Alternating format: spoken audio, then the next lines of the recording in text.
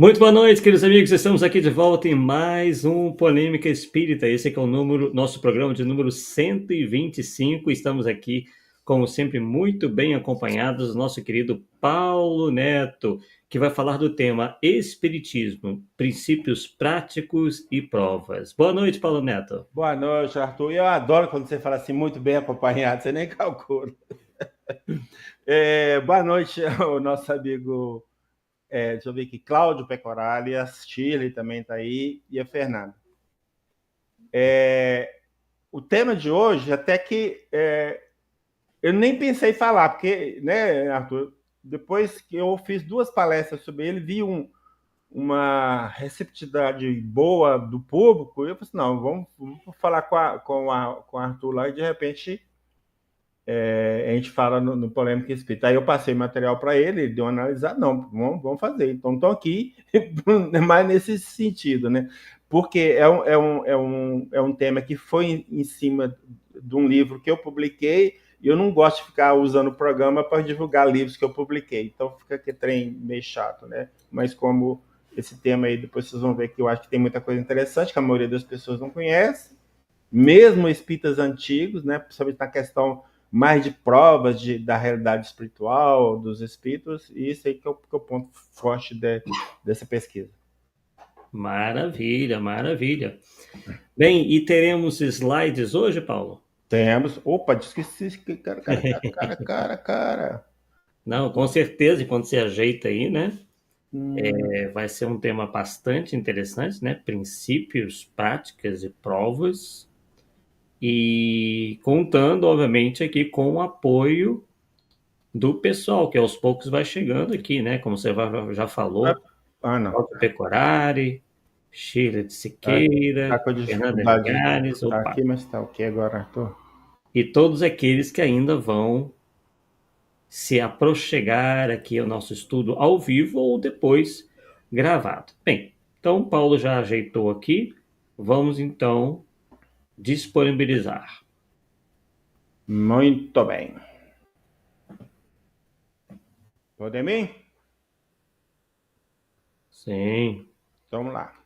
Então, o título, né, do nosso estudo de hoje é Espiritismos, Princípios, Práticas e Provas. A nossa frase inicial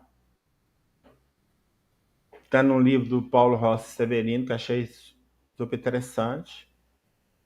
A verdade não é privilégio das religiões ou sistemas. É um livro que faz, inclusive, a análise da psicografia de Chico, 43 ou 45, qualquer coisa assim. Mas eu vou citar lá no final. Bom, a origem desse material. Em 2004, a minha esposa fazia direito na PUC, na unidade de Cerro, que é pertinho de Goiânia, pertinho, pode falar, né? Fez uns 65 quilômetros.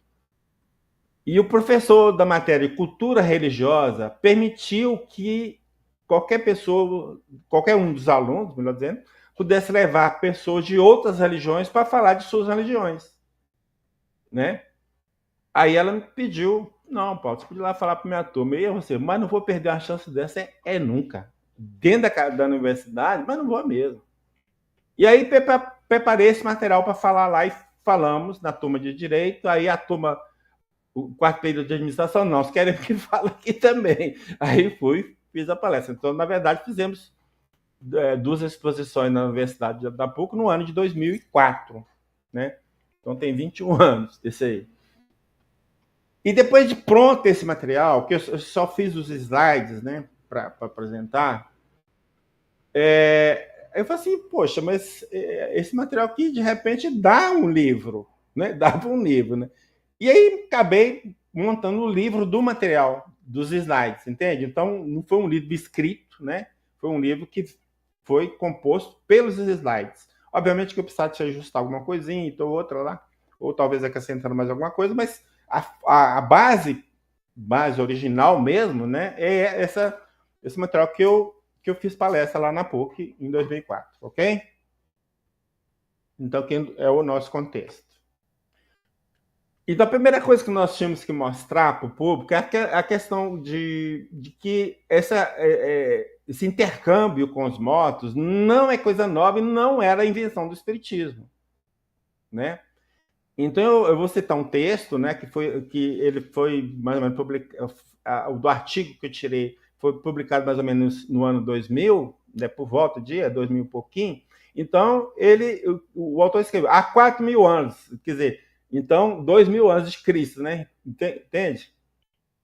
Então, ele conta lá que um sumo sacerdote chamado Amon, que era autoridade de serviço, né, desse religioso lá do faraó Mentuhotep II, do Egito, e ele estava preocupado com uma influência espiritual que o afligia ou incomodava, e tomou uma resolução: não que chegar em casa nós vamos resolver essa história, tá certo?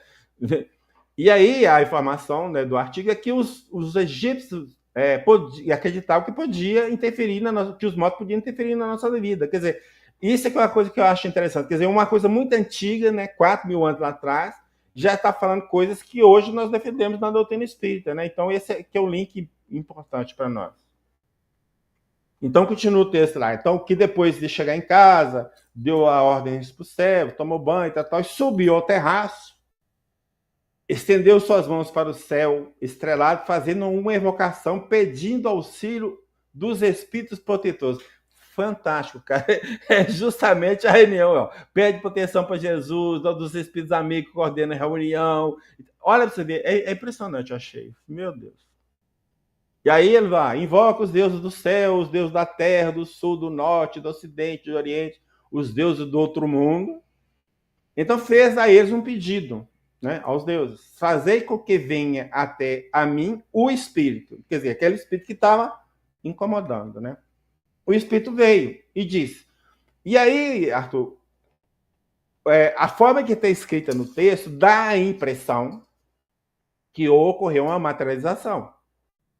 Se ele veio e disse, né? Mas também pode ser uma evidência também, né? Não pode? Então, um dos dois, né?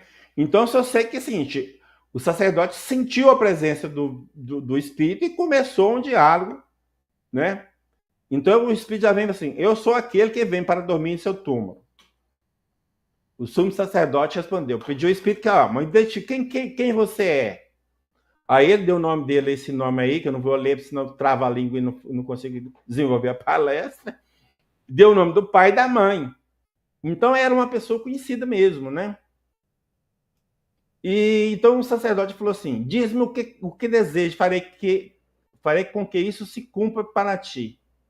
Então o sacerdote percebeu o seguinte: que se ele estava acompanhando, porque ele queria alguma coisa dele, sacerdote.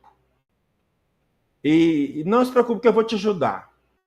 Meu coração ficará agitado como o Nilo. Não vou te abandonar. Se fosse essa minha intenção, não teria me ocupado com esse assunto. Aí o espírito respondeu: chega de palavras, já não gostou porque estava falando demais, né? Aí eu cortei alguma coisa para que dentro do contexto não faz muita diferença, mas para resumir a história. Então o experiente e poderoso sacerdote disse para ele o seguinte: ficarei então aqui sem comer e sem beber, as trevas cairão sobre mim cada dia, ou seja, dia e noite, né? Não sairei daqui. Então, assim, enquanto você não conversar comigo o que você está querendo, não sai daqui. O espírito conta então sua história. Quando estava vivo sobre a terra, era o chefe do tesouro do faraó e também oficial do exército. Então percebe, era uma pessoa importantíssima dentro do contexto social da realidade daquela época, né? Que ele estava vivo. Quando morri, meu soberano mandou preparar minha tumba, os 4 vasos de embalsamento e o meu sarcófago de alabastro. Mas o tempo passou, o túmulo caiu, o vento e a areia arruinaram tudo. Em outras épocas, presta atenção agora, por 4 vezes já me evocaram e prometeram uma nova sepultura. Cara, então era a 5ª vez que ele estava manifestando. Né? Então, qual que era a preocupação dele? É porque o túmulo dele tinha sido destruído e ele queria recompor o túmulo. E pedia para as pessoas prometiam e nada feito. Né? Aí ele fala só, mas até agora nada, quer dizer, ninguém fez nada. Como eu posso acreditar em novas promessas? Tá certo? Somente com conversas não atingirei meu objetivo. O sumo sacerdote mandou 3 homens atravessar o rio Nilo até a região funerária de Tebas, escolher um bom lugar e, além de uma nova tumba, o sumo sacerdote mandou que 10 servos se dedicassem a fazer oferendas diárias de água e trigo ao Espírito. Depois de todo este trabalho, o sumo sacerdote ficou cheio de alegria por ter atendido aos desejos do Espírito. Cara, achei muito interessante mesmo, por, assim, pela antiguidade do texto, tá? E por coisas que bate com o que a gente faz na atualidade. Tem a questão da prece, de evocação mesmo, para tentar ajudar. Então, tudo isso está lá. Então, esse texto está na revista Universo Espírita, que não é publicada mais, infelizmente. Ela foi editada por Paulo Henrique de Figueiredo. E o título principal do artigo é Os Mistérios do Egito segundo o Espiritismo. Então, a capa da revista Universo Espírita é essa, e eu tenho ela, nessa época eu comprava. E, por coincidência, nem procura daqui, procura dali, acabei encontrando um livro que vai falar das coisas do Antigo Egito e vai tratar essas coisas do Antigo Egito como mitos e lendas. E olha o que eu encontrei lá. O mesmo relato que o Paulo Figueiredo falou. Né? Eu achei super interessante, sim. Porque também, eu não sei como que eu acabei encontrando esse livro. Eu sei que eu encontrei. Não sei por que, não. Como que eu encontrei, melhor dizendo. Mas eu achei muito legal, que bateu com a informação. Né? Então, veja bem, Kardec sempre disse que muitas vezes as lendas têm um fundo de verdade. Ou os mitos têm um fundo de verdade aliado à doutrina. É o caso específico disso aqui. Né? Mas como lá eles acreditavam que os mortos podiam interferir na comunicação dos mortos, então não é mito, não é lenda. Foi um fato real que o autor escreveu tudo, ele viu como lenda. Somente, mas que dentro da minha percepção, aquilo é um fato real. Seguindo, então, nós podemos ter, seguindo na linha da história, nós podemos encontrar, então, o livro Vedas, que é do hinduísmo, né? Escrito aí por volta de 1300 a 1000 a.C. E quem cita esse texto é Gabriel Delany. Se não me falha a memória, mas lá no final deve ter, A Alma é Imortal. Então, nesse Vedas, vão encontrar o seguinte. Os espíritos dos antepassados, no estado invisível, acompanham certos brahmanes convidados para cerimônias em comemoração dos mortos sob uma forma aérea. Seguem-nos e tomam lugar a seu lado quando eles se assentam. Quando eu li esse texto, assim, o que me veio foi o seguinte. Essa percepção dos espíritos acompanhando os brahmanes foi vista por um vidente. Então, alguém que via os espíritos acompanhando os brahmanes e fazendo, sentando perto dele. E aquilo, ele escreveu, o outro escreveu, acabou virando parte da cultura. Não pode ter caído do nada, entende? Ou uma inspiração. Isso aqui é uma realidade que foi vista e passou para a cultura, entende o que eu quero dizer, Arthur? Sim. Eu acho que mais por aí, né? Uhum. Aí, seguindo um pouco, nós temos a Torá, que é o livro do judaísmo, né? Principalmente a Torá são os 5 primeiros livros da Bíblia. E aqui no livro de Deuteronômio está escrito lá: quando entrares na terra que o Senhor teu Deus te der, não aprenderás a fazer conforme as abominações daqueles povos. Então, aqueles povos que eles iam dominar já faziam algumas práticas que Moisés não queria que eles fizessem quando eles chegassem lá. Então ele diz lá: não se achará entre ti quem faça passar pelo fogo seu filho ou sua filha, nem adivinhador, nem prognosticador, nem agoreiro, nem feiticeiro, nem encantador, nem necromante. O necromante era uma pessoa que evocava os mortos para fins de adivinhação. Nem mágico, nem quem consulte os mortos. Pois todo aquele que faz tal coisa é abominação ao Senhor. Então está lá em Deuteronômio, capítulo 18, versículo 9 a 12. Este texto da Bíblia sempre é usado para condenar os espíritas, não é isso, Arthur? Só que nunca Sim. O versículo 14. Então, o versículo 14, na verdade, ele está resumindo tudo, quase tudo que está lá atrás que foi proibido. Tá certo? Então, o que está falando o 14? Porque essas nações que há de possuir ouvem os prognosticadores e adivinhadores. Ou seja, o que estava sendo proibido? Tudo que tinha o objetivo de fazer prognóstico é coisa do futuro, ou adivinhar coisas do futuro. E a evocação dos mortos entra dentro desse contexto, só dentro desse contexto. Nada mais do que isso. E quem percebe isso? Ninguém. Né? Porque eles não usam nem isso, hein? Tá certo?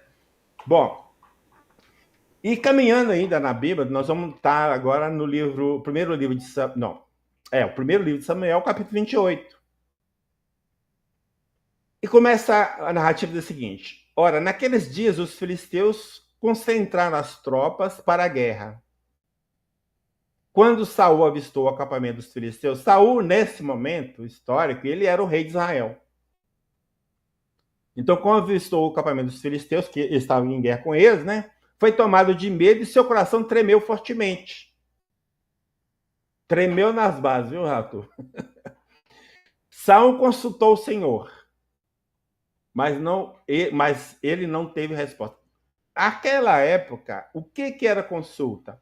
Era usar o Urim e o Tumim, ou era ir atrás, vamos dizer assim, de um profeta, porque ele pudesse desvendar o futuro, que seria as revelações divinas. Então ele tentou isso e não obteve resposta nenhuma em razão do que ele queria, ou seja, o que vai acontecer nessa guerra comigo? E aí ele apelou mesmo, feio, né? Falou para o servo dele assim: procurai uma mulher entendida em invocar os mortos, pois quero ir a ela e consultá-la. Então presta atenção. Se o rei de Israel fala que procurar a mulher entendida em invocar os mortos, porque a evocação dos mortos era uma prática comum àquela época daquele povo. Não tem como fugir disso. Né? Que eu quero consultar. Aí os seus homens responderam: ó, na cidade de Indô tem uma mulher assim, do jeito que você está querendo. Então eles disfarçaram de gente comum, né? Porque ele era rei. Chegaram na casa da mulher à noite.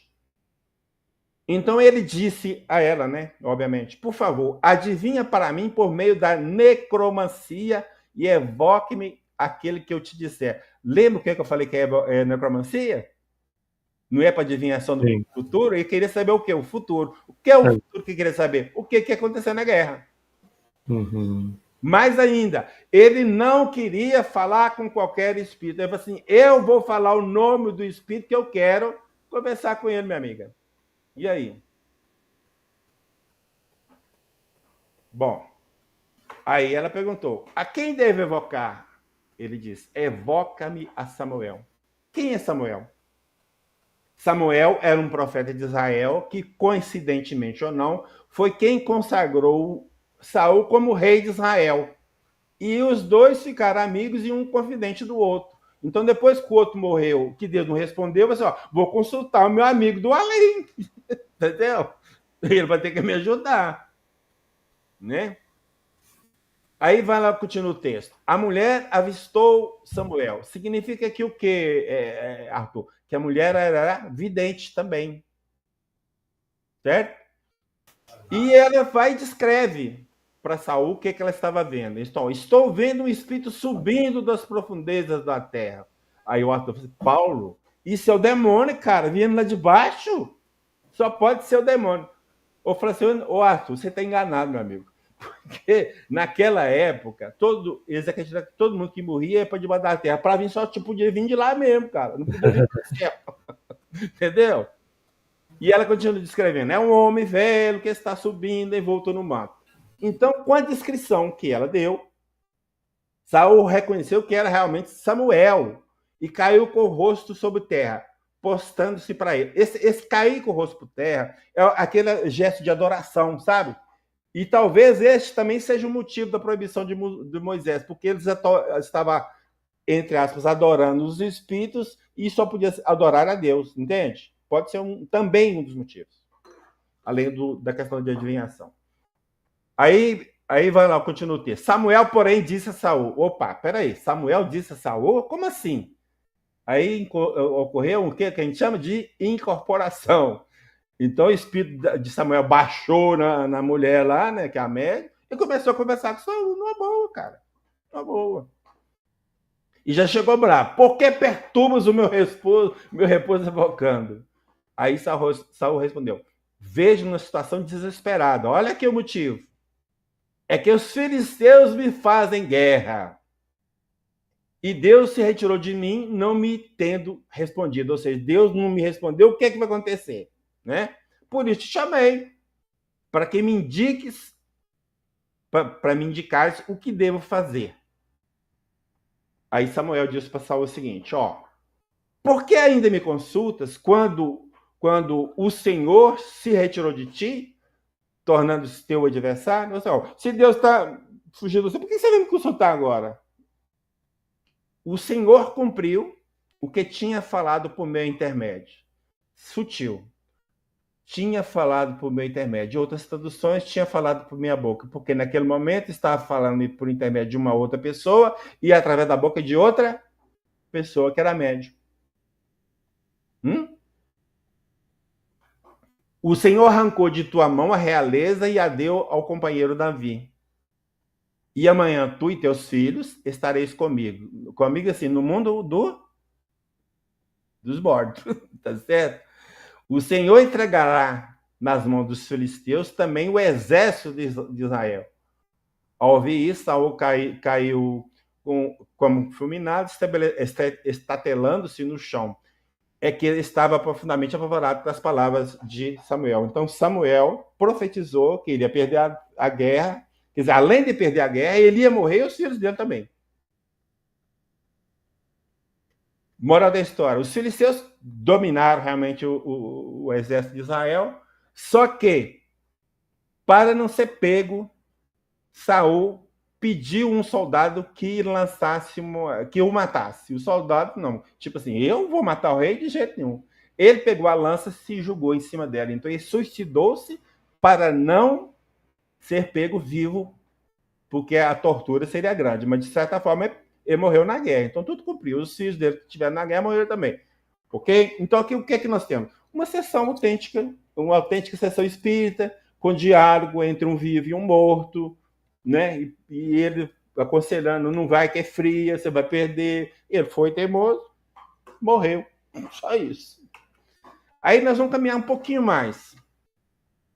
Tem um livro chamado O Pastor, foi escrito por um tal de Hermas, que viveu entre... aliás, o livro foi escrito entre 142 a 155 depois de Cristo. Esse Hermas, segundo a informação que a gente tem, ele seria um discípulo de Paulo. Então, nesse livro dele, está escrito assim: o espírito que vem da parte de Deus é pacífico e humilde. Afasta-se de toda malícia, de todo vão desejo deste mundo e paira acima de todos os homens. Olha agora, Arthur, interessante aqui, ó. Não responde a todos que os interrogam, nem as pessoas em particular, porque o espírito que vem de Deus, olha, não fala ao homem quando o homem quer, mas quando Deus o permite. Fantástico, né? Fantástico. Quando, pois, um homem que tem o Espírito de Deus vem à Assembleia dos Fiéis, presta atenção agora. Desde que fez a prece, o Espírito toma lugar neste homem, que fala na Assembleia como Deus o quer. Toma lugar? Como assim, Arthur? Incorpora. Incorpora. Olha para você ver, cara. Olha a época disso aí, cara. E aí continua lá. Reconhece ao contrário o espírito terrestre, frívolo, sem sabedoria e sem força, no que se agita, se levanta e toma o primeiro lugar. Quer aparecer, né? É importuno, tagarela e não profetiza sem remuneração. Ele induz, então, ao médium a cobrar pelas consultas. Aí ele fecha: um profeta de Deus não procede assim. A fonte: Leon Denis, no livro Cristianismo e Espiritismo. Excelente livro esse, inclusive. Bom, algumas coisas eu vou falar para frente Pode ser que hoje não faça sentido mais em função das pesquisas do caso do certo, essas duas pesquisas. Dentro do que eu pude, eu mudei alguma coisa, mas eu precisava de um tempo maior para olhar com mais carinho para ver se muda mais alguma coisa, tá? Então, se ficar alguma coisa para trás, vocês me desculpem, mas eu fiz o que eu pude dentro do. Porque eu só pensei nisso hoje. Na verdade, eu só me toquei isso hoje.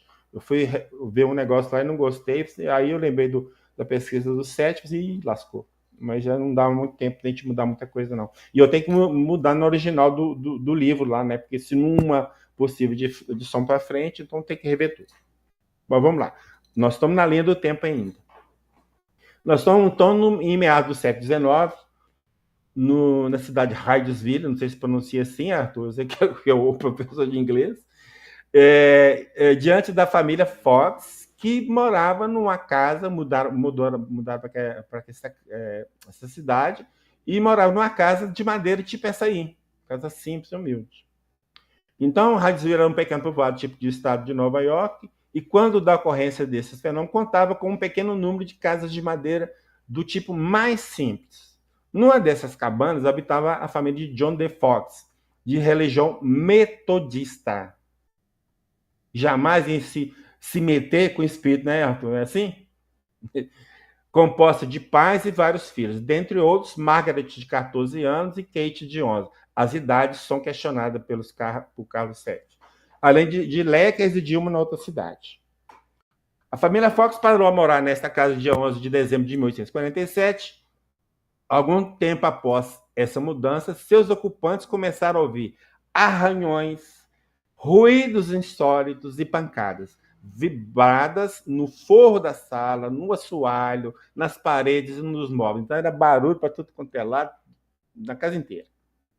Os quais passaram a constituir verdadeira preocupação para aquela humilde família. Não sabia a causa, né? Até que na noite de 31 de março, né, que é considerado o marco inicial do espiritismo, uma delas, deixa eu ver quem tá lá, a Kate ou Margaret, uma das duas, resolveu desafiar esse barulho. E faça como eu faço, bateu uma certa quantidade de palma, e houve a resposta na mesma quantidade de pancadas. E assim se começou o diálogo entre a família Fox e esse espírito que lá estava perturbando-os. Ele se chamava Charles Rosman, e que era um mascate, um vendedor ambulante, e que tinha sido morto por conta de $500. Eles foram lá no porão, tinha sido enterrado no porão, foram lá, não acharam nada. Só que 52 anos depois, caiu uma parede lá do porão e acha lá os ossos, a caixa de mascate que ele tinha para levar a mercadoria dele. Então tá tudo lá. Então foi confirmado essa realidade do caso que ele contou. Então, ok? Bom, esse fenômeno, então, espalhou os Estados Unidos afora, atravessou o continente, foi para a Europa, França, de ambas quatro. Então, virou, na época, ficou muito forte isso. E era muito comum, naquela época, as pessoas se reunirem em volta de uma mesa para evocar os espíritos. Era brincadeira, não tinha televisão, não tinha como assistir novela da Globo, né, Arthur? Então, vamos lá, brincar de... E aí, os espíritos, como tinham a intenção de provar que existiam, vamos dizer assim, então, meu filho, o que acontecia de manifestação nessa época não está escrito. Esse é mal, essas reuniões, né, de mesas girantes, né, a reunião com as mesas girantes, ou mesa falantes, o efeito é o mesmo. Então, a ideia era assim, juntavam um grupo de pessoas e começavam a evocar os espíritos. Isso, a comunicação era muito difícil, porque era respondido por pancada, era um sim ou não, então, diálogo assim, quase que impossível, né? Mas dá para comunicar, né? E aí não sei se não lembro exatamente se foram os espíritos que sugeriram, foi alguém que sugeriu a criação de uma tábua com as letras e os números, né? E com a palavra sim ou não. E à medida que uma guia ia passando em cima de uma palavra ou de um número, o espírito dava a pancada, então essa palavra ou número ia começar a formar a palavra. Então foi um processo mais rápido do que o da mesa, né? Mas ainda assim não estava legal. Até que os espíritos meio falassem, arruma a prancheta, fixa um lápis na ponta lá e tal, nós vamos trabalhar assim. Então, a prancheta, mais ou menos, a ideia era essa imagem, então os médicos colocavam as mãos em cima da prancheta e os espíritos começavam a escrever. Agia naquele móvelzinho lá e começava a escrever. E aí o que acontecia? As palavras saíam tudo emendadas uma na outra, né, cara? Então a dificuldade para ler também não era fácil. Até que num certo ponto, e aí também que fica a dúvida, né?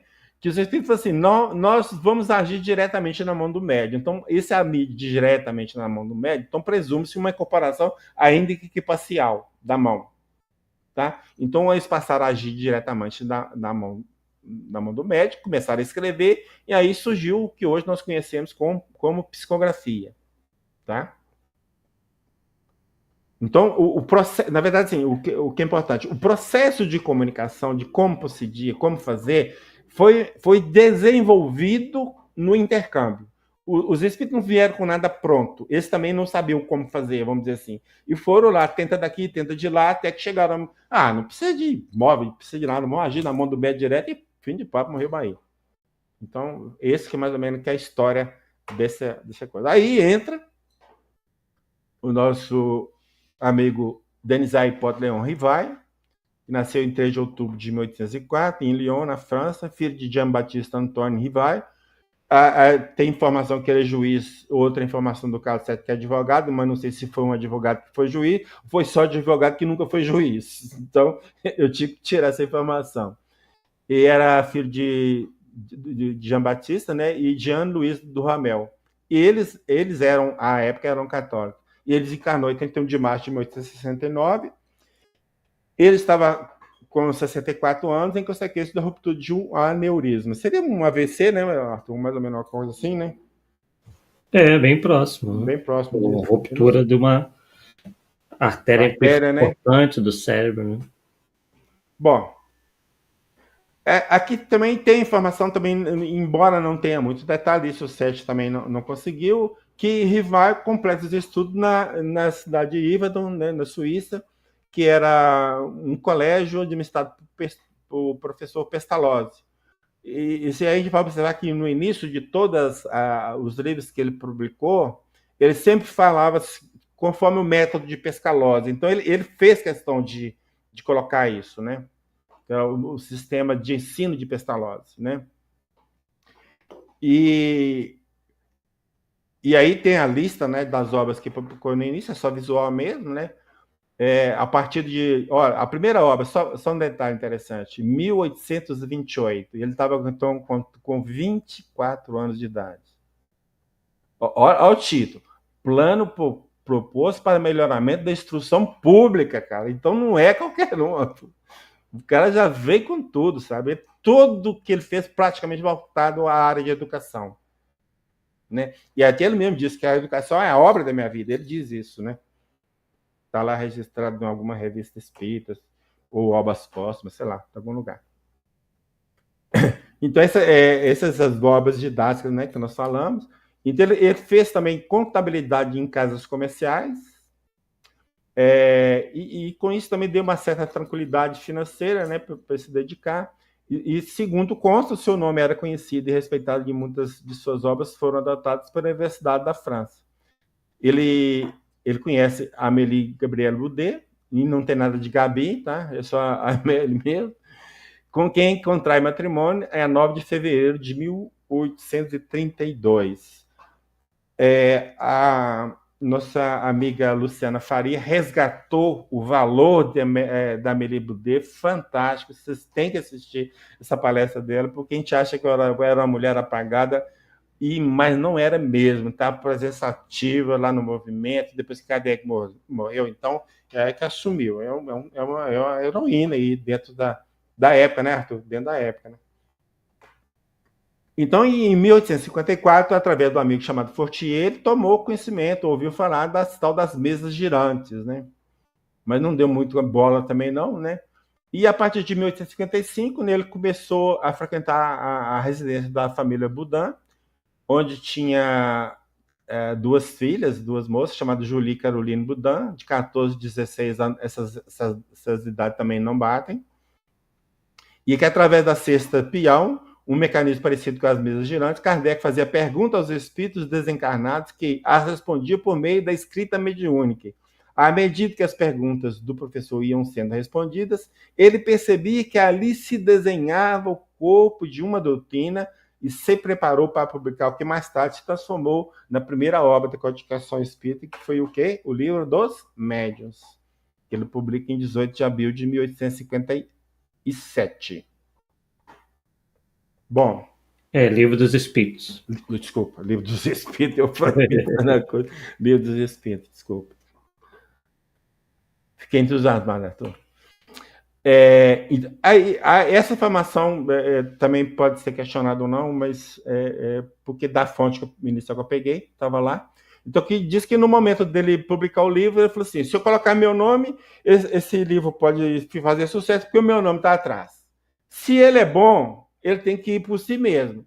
E aí que surgiu a ideia de ele criar um pseudônimo. Como tinham falado para ele, os espíritos tinham falado para ele, que ele tinha tido uma vida lá nas Galhas, que o nome dele era Allan Kardec, mas esse nome serve, não, passou a usar esse nome. Então, o que é interessante, que a partir do momento da publicação do Livro dos Espíritos, em 18 de abril de 57, ele vem um nome que aparece na obra, que é Allan Kardec, que era um total desconhecido no meio cultural da França. Entende? Isso é interessante. A maioria dos pretensos reveladores, não, quer pôr o nome em destaque, né? Deu para entender? Quer aparecer, não, fui eu que inventei, Deus apareceu para mim, não sei o quê. Jesus. Ele não, ele simplesmente apagou, né? Ele, quando ele publicou o livro Allan Kardec, os caras pensaram: que é esse cara? Eu não sei quem é, pô, eu nunca vi falar dele. Então, essa que era a intenção dele, entende? E aí você vê também o grau de humildade que ele tem, de especificidade que ele tem em relação a um trabalho que ele sentiu que não era dele mesmo, né? Ele sentiu isso, né? É importante. Então, aqui ele escreveu vários livros, e aí a briga é solta no movimento espírita, tá? Tem gente que fala que é 23 obras, outros 29, 30, 32. Pode pegar qualquer uma que tanto faz, tá certo? Das principais seria o Livro dos Espíritos, o que é Espiritismo, na sequência, o Livro dos Médiuns, o Evangelho segundo o Espiritismo, Céu e Inferno, a Agenda e a Revista Espírita, que publicou de 1858 a 1869, quando desencarna, até março. A revista de abril estava pronta, inclusive. Ele publicou, é dele, o que está lá é dele, texto dele. Então, a partir de maio, que já foi dos sucessores dele. Ok? Bom, os principais tipos de manifestações objeto de pesquisas àquela época, tá? Aquela época, lá atrás, no início. Voz direta e escrita direta. A voz direta seria mais ou menos a seguinte: os espíritos num ambiente totalmente fechado e totalmente escuro produziam, vamos dizer assim, uma garganta com um ectoplasma e falava através daquela garganta. Então a voz era produzida naquela garganta que faziam.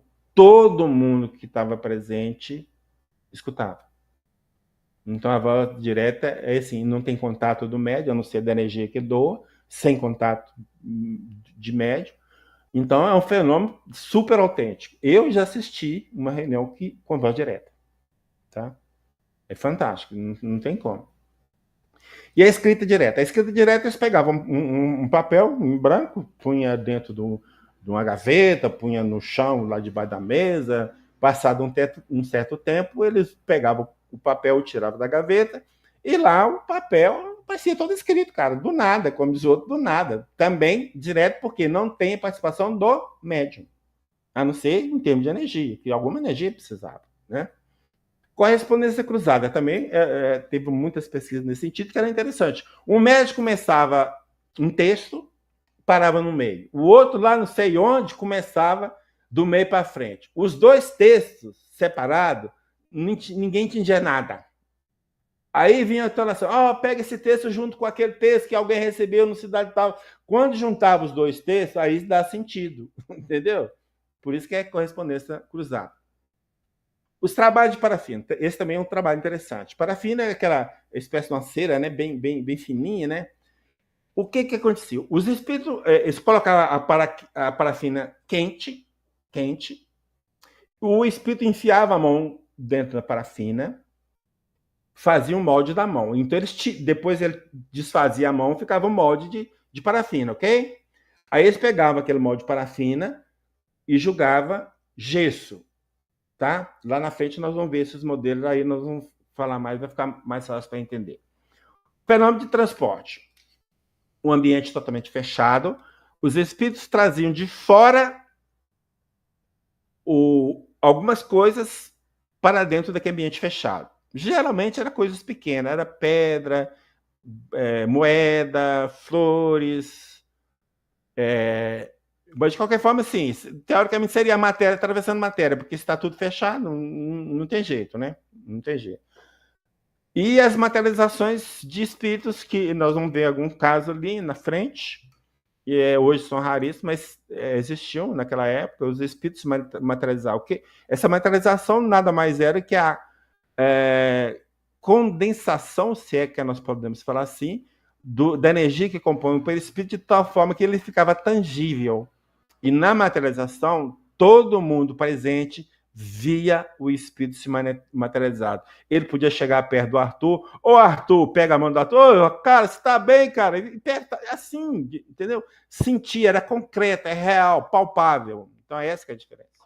Não é uma aparição. A aparição, só uma pessoa veio e é fugitiva, se você pegar, não pega em nada, né?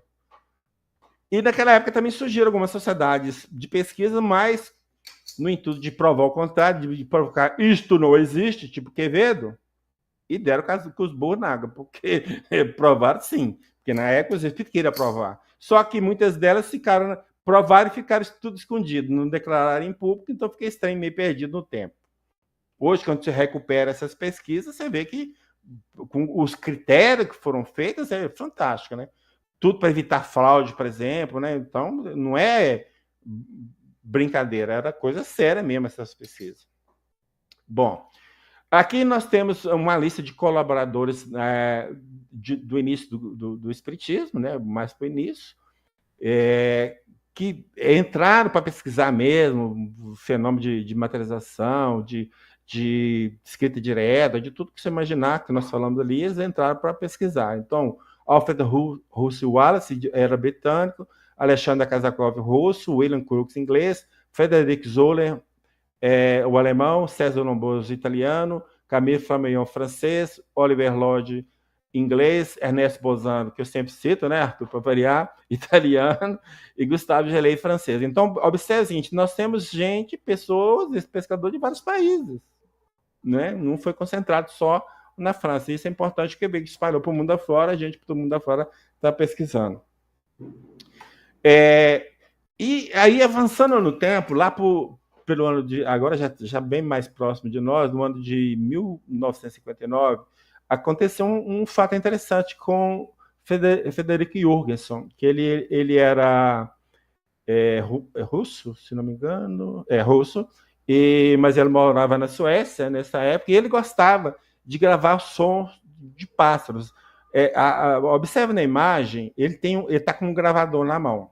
Esse gravador tinha uma fita que você colocava nele, e a fita passava por um cabeçote, e nesse cabeçote que gravava os sons, ia enrolando no outro lado. Então, um lado era a fita virgem, passava no cabeçote, gravava e caía para o outro lado, que não era virgem, era fita já gravada. Só para a gente ter ideia, porque hoje isso é museu para nós, né, Arthur? Com o celular você faz numa boa. Bom, então um dia ele estava lá e gostava de escutar, gravar o canto dos pássaros, e no meio da fita apareceu o trinar das aves, apareceu um solo de trompete que terminava em fanfarra. Ué, peraí, eu tô gravando, como é que é esse negócio de música aqui, tocando aqui, né? E ele pensou, então, cara, eles me venderam fita ou gravada, ou que mal apagada e tal, e foi lá, reclamou, não, aqui não, aqui. E aí, não teve jeito, né? E continuou o processo, mas chegou num certo tempo, uma voz em norueguês aconselhava-o a gravar o som dos pássaros noturnos na Noruega. Então agora apareceu voz dentro da gravação. Grava os pássaros lá. Ele acreditava ter ouvido até o som de um alcaravão. É um pássaro, né? Um mês mais tarde, quando preparava um programa de rádio sobre a grande Anastásia, as vozes falaram da Rússia e chamaram pelo seu nome. As vozes manifestaram-se em alemão, em italiano, e no meio delas, ele acreditou ter reconhecido a voz de sua mãe, falecida há 4 anos antes.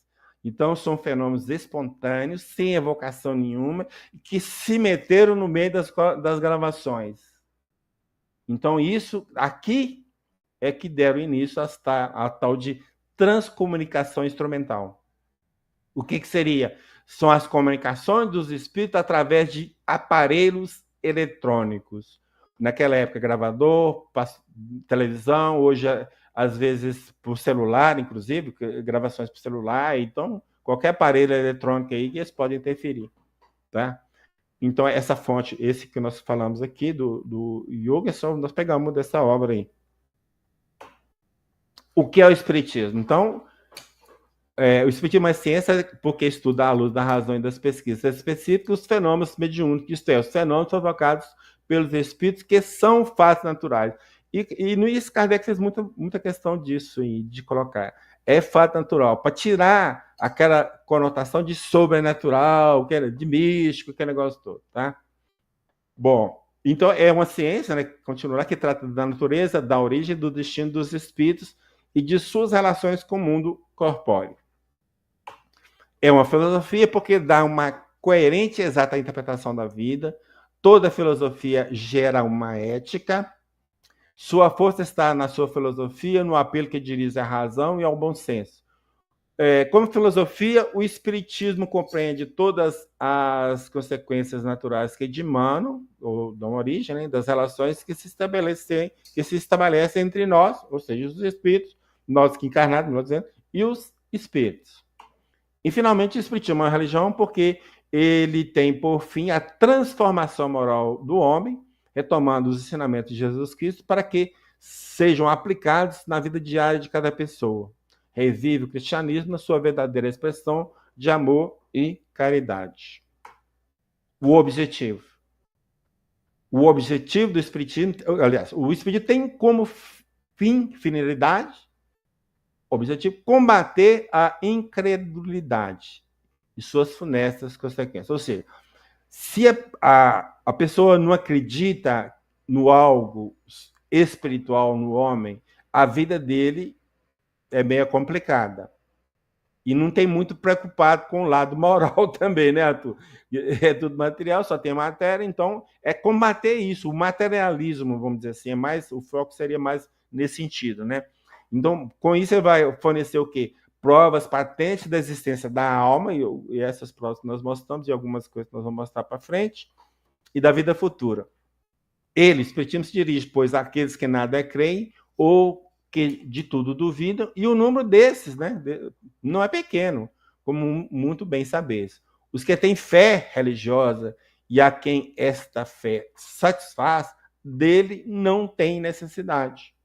Aquele que diz, eu creio na autoridade da igreja e não me afasto dos seus ensinos, sem nada buscar além de seus limites, o Espiritismo responde que não se impõe a pessoa alguma e que não vem forçar nenhuma convicção. Isso eu acho a coisa mais importante, cara. Não querer forçar ninguém a ser espírita, entende? Cada um siga o seu caminho. Se você aceitou bem, não aceitou, continue o seu caminho, nós vamos continuar no nosso. Bem simples assim. Aqui nós temos uma apostila da União Espírita Mineira, que é a federativa aqui de Minas. Então, ela traz para nós aí listados 15 princípios fundamentais da doutrina. Então, dentro da nossa percepção, esses princípios seriam, então, as partes invariáveis que Kardec trouxe. Os detalhes é que são problema. Os detalhes que modificam e que surgem quando não nos encontramos nas obras da codificação. Dou um exemplo.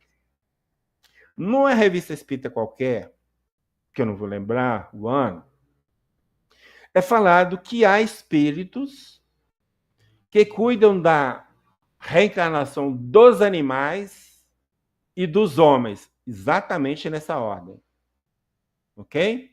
Então, nós temos um processo. Esse processo seria para reencarnar tanto os homens como os animais, não tem canto algum da doutrina, das obras codificadas de Kardec. Então, isso tem que vir depois.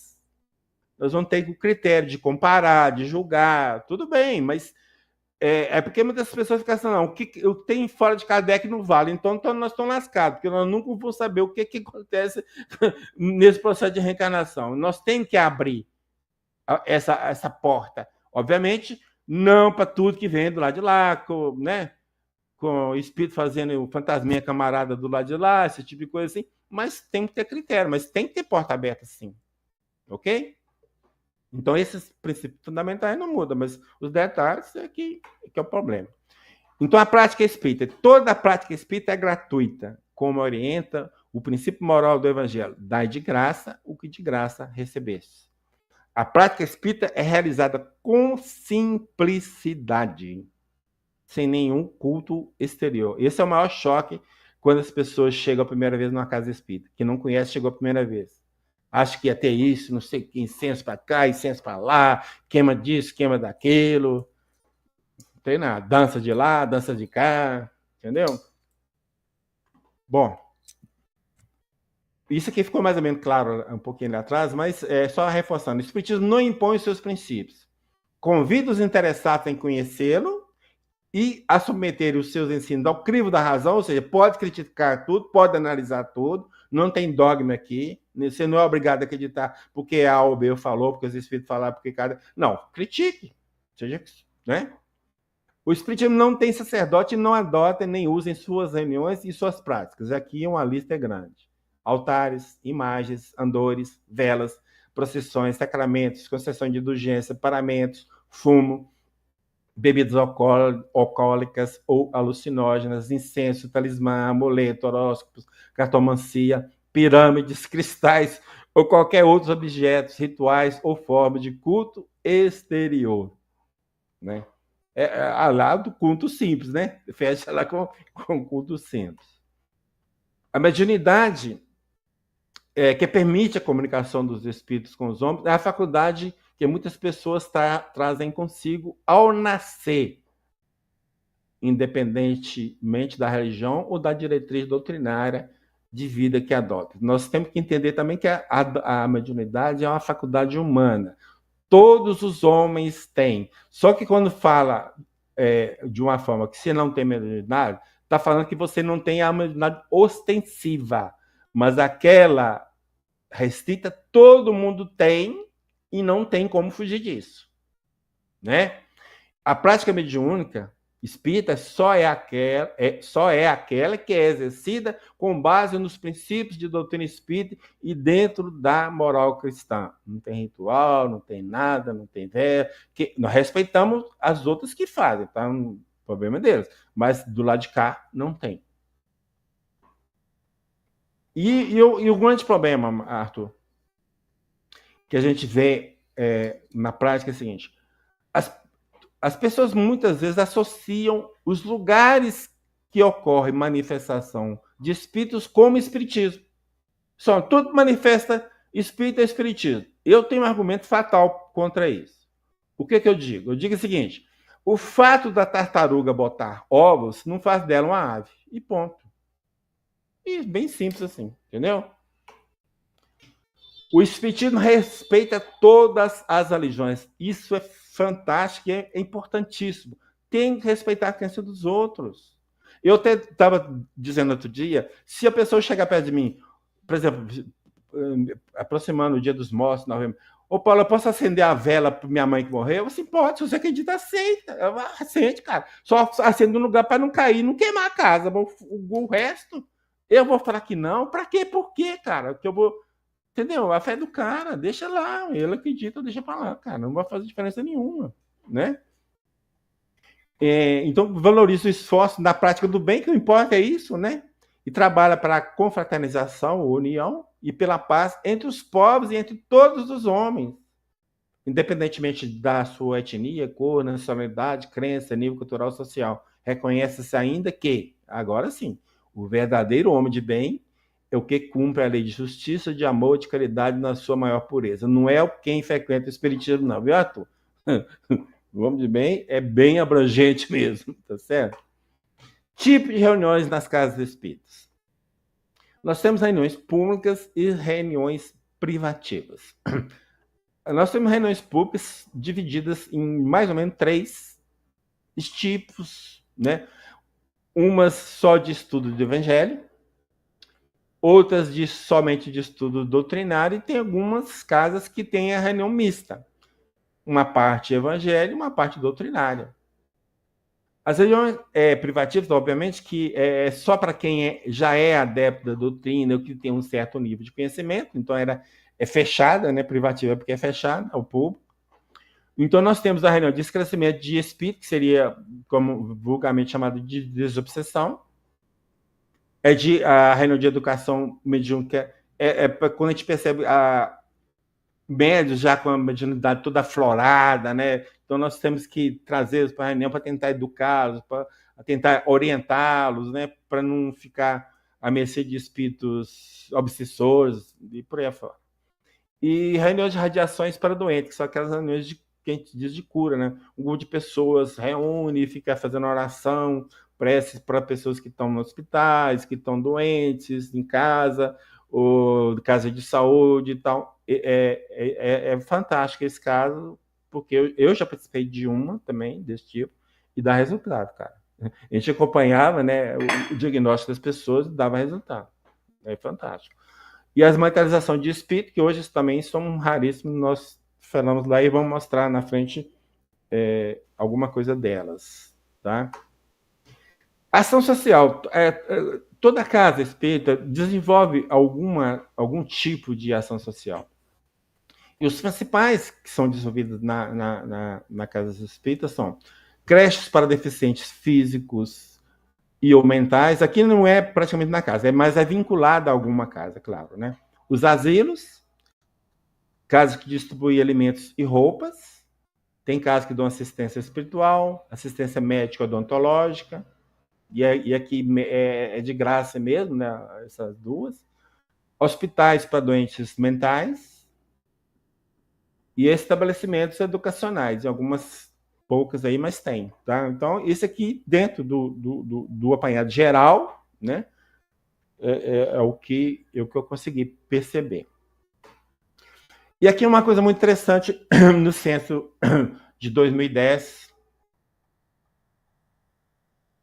Esse quadro, o que ele representa? Ele vai trazer para nós um levantamento de pessoas com mais de 15 anos para cima de idade, por nível de instrução e grupos de religião. Então, aqui, na lista, nós temos católico apostólica românica, evangélico de missão, evangélico de origem, evangélico não determinado. Então, aqui estariam os grupos de religiões. E nas colunas seguintes estão o nível de instrução, sem instrução, fundamental incompleta, né, até o superior e não determinado. Nós destacamos somente o espiritismo, que entra como religião, no grupo de religião. Detalhe, quando a gente pega lá os espíritas sem instrução, nós tínhamos em 2010 que somente 1,8% dos espíritas não tinham instrução. Se vocês observarem nessa coluna, é o menor índice dela. A média do total lá em cima é 6,3. Quando a gente vai lá, grau superior completo, nós vamos ter, entre os espíritas, 31,5% dos espíritas têm curso superior completo. O maior índice que existe na categoria, considerando que Umbanda e Candomblé, que é 12,9%, arredondar para 13%, então 13 com 13, 26%. Então é mais que o dobro do maior que tem aí. Então, esse quadro é interessante porque quem olha, fala assim, pô, esse é só um elitista, cara, só tem gente da classe alta da sociedade que fez, mas não é isso, né? Eu sempre brinco com as pessoas o seguinte, que Quem já fez faculdade sabe que eu brinco assim, tem duas matérias que eu creu, cara. Então, oh, meu Deus do céu. Quando você está fazendo, você fica até... Por que esse tem que estar aqui, essas matérias estão aqui? A tal de filosofia e a da tal da sociologia. Ah, meu Deus do céu. Mas hoje a gente entende o que a proposta é fazer você pensar pela própria cabeça, rever tudo que você aprendeu para repensar por sua própria cabeça. Então, o que eu analiso disso? É que qualquer pessoa, tendo curso superior ou não, que for dada a pensar por si próprio, vamos dizer assim, eles vão se encantar com o espiritismo, que é justamente por isso. Capacidade de analisar, de crítica, de análise, de ser ele mesmo. Não é porque você vai frequentar, fazer as coisas porque o Paulo falou, porque o Arthur falou, porque Kardec falou. Não tem nada a ver. Você vai falar porque você vai ter lógica e razão. E fim de papo. Então, eu vejo nesse sentido. Então, não é algo elitista, né? Certo, Arthur? Concordo plenamente. Princípio básico das comunicações dos espíritos. Aqui eu vou trazer umas imagens, mas gostaria que vocês entendessem o seguinte. Eu falei para um público que não tinha conhecimento nenhum. Esse é o exemplo que eu vou dar. Não significa que todas as comunicações obedecem isso que está no exemplo, mas é para julgar as pessoas num questionamento. Depois vocês vão entender o porquê. Ok? Então, o que acontece? Nós somos um ser triplo, não é isso? Nós temos um corpo físico, nós temos o perispírito, nós temos a alma ou espírito, não é isso? Somos isso. Então, o encarnado é isso. Bom, a parapsicologia, as pesquisas psíquicas já comprovaram que nós possuímos telepatia. O que seria telepatia? É a capacidade que o ser humano tem de comunicar-se por pensamento com outra pessoa. E eles mesmos disseram que quem comunica é o espírito ou a alma da pessoa, não é o físico, tá certo? Então, na comunicação, nós temos o quê? Alma de dois encarnados comunicando entre si, ok? Alma a alma, né? Então, vamos supor que um dos dois interlocutores perca o corpo físico. Então, nós vamos ter um encarnado triplo e um desencarnado que é duplo só, o perispírito e o espírito. Uai, mas ele tem espírito ainda? Tem. E aí, se ele tem espírito, e a comunicação de espírito a espírito, por que não pode comunicar com um encarnado que tem espírito ainda, hein, Arthur? Por que não? Então, é essa proposta que eu trago para o cara pensar, entendeu? A coisa é simples. Mas se lá conseguir, por que agora não consegue? Só porque o outro não tem corpo, mas a comunicação não era de espírito a espírito, cara. Então, por que não? E aí o cara pensa assim, uai, não é que é mesmo? É essa que é a ideia. Tá? Não estou dizendo, gente, que toda comunicação é isso, não. Mas é para desenvolver uma linha de raciocínio para chegar numa evidência que é possível, sim, que isso aconteça, a comunicação entre o encarnado e o desencarnado, já que a comunicação é de espírito para espírito. Ponto. Evidências da comunicação com os espíritos. Bom, aqui nós temos uma imagem do médium, e no momento que ele estava expelindo do seu corpo aquilo que a gente chama de ectoplasma. E esse ectoplasma é que os espíritos trabalham para produzir as materializações ou os fenômenos de efeito físico. Lembra da voz direta que eu falei? Eles usam essa energia, né? Se é que a gente pode falar que é energia, não sei, tá? Então, geralmente ela sai dos orifícios que nós temos, ali no caso específico, está saindo, pelo menos o que a gente nota, está saindo do ouvido do médium e da boca. Se vocês prestarem atenção, vai estar vendo uma ligação dessa coisa branca aí que sai, parecendo um véu branco, né, que sai ligado ao ouvido, e uma parte na boca, que pode ser até que também o nariz também está saindo, da boca e nariz. Mas esses são os principais que saem: ouvido, boca e nariz. Bom, aqui nós vamos ter um resultado de uma escrita direta. Então, esse aqui foi produzido para a médium senhora Prado, em 1919 ou 1920, em Belém do Pará, colocou o papel em branco debaixo da mesa, ou dentro da gaveta, depois, quando tirou, veio desse jeito que está aí. Né? Ou seja, não tem contato da média, nenhum contato, e a comunicação está aí. Né? Ou a mensagem do espírito. Né? Lembra lá que eu falei da parafina? Então, a parafina, eles jogavam gesso no molde da parafina que o espírito fez, e produzir esses moldes. Então, vamos ver esse de mão aberta. Esse aqui, totalmente à direita. Então, imagina o seguinte, você com a sua mão coberta de parafina, que é algo muito sensível, como é que você tira a sua mão da parafina sem quebrar? Sem destruir a parafina? Esqueça que ela está quente, tá? Esqueça que está quente, que colocou na parafina quente. Mas sua mão está envolvida com a parafina, quer que você tire a mão sem quebrar. Tem? Não tem jeito. Impossível. Impossível. Então, para mostrar a autenticidade do fenômeno. É isso que a gente tem que chamar atenção. Das mãos assim também, como é que tira? Não tem jeito. Então, os fenômenos são autênticos e também todo o cuidado foi feito para que evitasse fraudes, falsificação, enganação, tudo nesse sentido foi feito nessa época. Então, tá aí. Aqui nós temos uma foto, as fotos, como são copiadas de cópia, elas vão perdendo um pouquinho de qualidade, mas a da esquerda, principalmente, é uma foto um pouco mais nítida. Nós temos mais à esquerda, nós temos o William Crookes, ao lado do espírito Kate King. Então, o que nós temos ao lado dele é um espírito que se manifestou, se materializou, tá? E a gente pode perceber a perfeição do rosto, né? É óbvio que hoje fotos não tem valor provavelmente nenhum, porque o que você pode fazer com equipamento moderno aí você faz de tudo. Mas naquela época nós não tínhamos recursos para produzir fotos autênticas e, né? Então nós temos que levar isso em consideração. A outra lá é do mesmo espírito, mas ela perdeu mais a qualidade, então, mas está aí só para mostrar.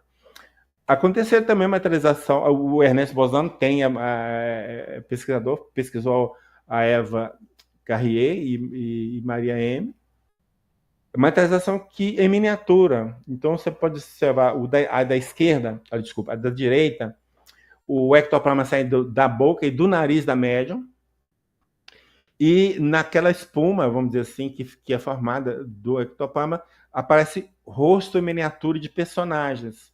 Esse que mais destaca aí na parte central é o rosto de Arthur Conan Doyle, que é o criador do personagem Sherlock Holmes, né? Autor do livro História do Espiritualismo, que é traduzido como História do Espiritismo, mas não é, porque ele está falando do espiritualismo, não do espiritismo, né? E a outra também tem, da esquerda, sim, tem uma formação de uma cara miniatura também. Aqui tem uma em Pedropoldo, né, com um Peixotinho, uma materialização também. A da esquerda ficou bem mais nítida, tá vendo? E aqui, gente, quando a gente olha hoje, você é montagem, mas não é montagem, tá? Aqui a autenticidade da foto pode ser garantida. Não tem manipulação, não tem nada, não. Tá? E aqui tem fotos coloridas, né? E aí tem a presença do Chico. Essas duas fotos da Otília Diogo é interessante. Não sei se vocês conseguem perceber, aqui na altura aqui assim, ó. Tá vendo aqui? Aqui tem uma gaita. Tá vendo a gaita aí? Consegue ver, Arthur? Arthur, conseguiu ver? Uma gaita? Gaita de tocar gaita. Ah, sim. Tá? Agora, Viu aí? A outra também dá para ver também. Uhum. Então o espírito que se manifestava tocava a gaita. Tá certo? Tocava a gaita. Né? Mais um detalhe dentro da questão das provas, né? Bom, agora nós vou ter uma sequência da formação do ectoplasma até formar o espírito, ok? São uma série de 6 ou 7 imagens.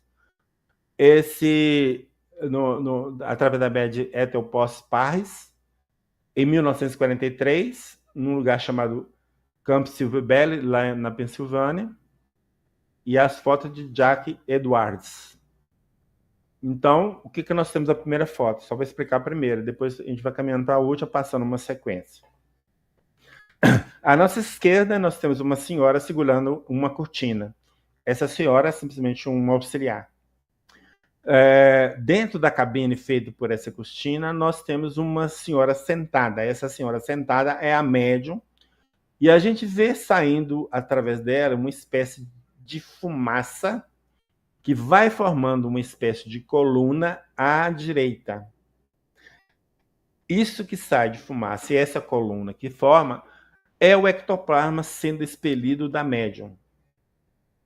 E através do ectoplasma, então, é que o espírito manipula e dá sua aparência a essa substância. Então, vamos lá. Concentre em olhar somente na foto da direita, da coluna, tá? Porque a coisa vai mudar ali, tá? Vamos lá. Aqui é a final. Então, o espírito aí materializado, com o rosto perfeito, com braços, com mãos. E essa sequência de fotos foram tiradas, na verdade as fotos não podem ser tiradas, porque pelo menos as fotos antigas, porque tinha o flash da máquina queimava o ectoplasma. Então, quando era permitido fazer foto, é porque os espíritos permitiam e preparavam para poder fazer.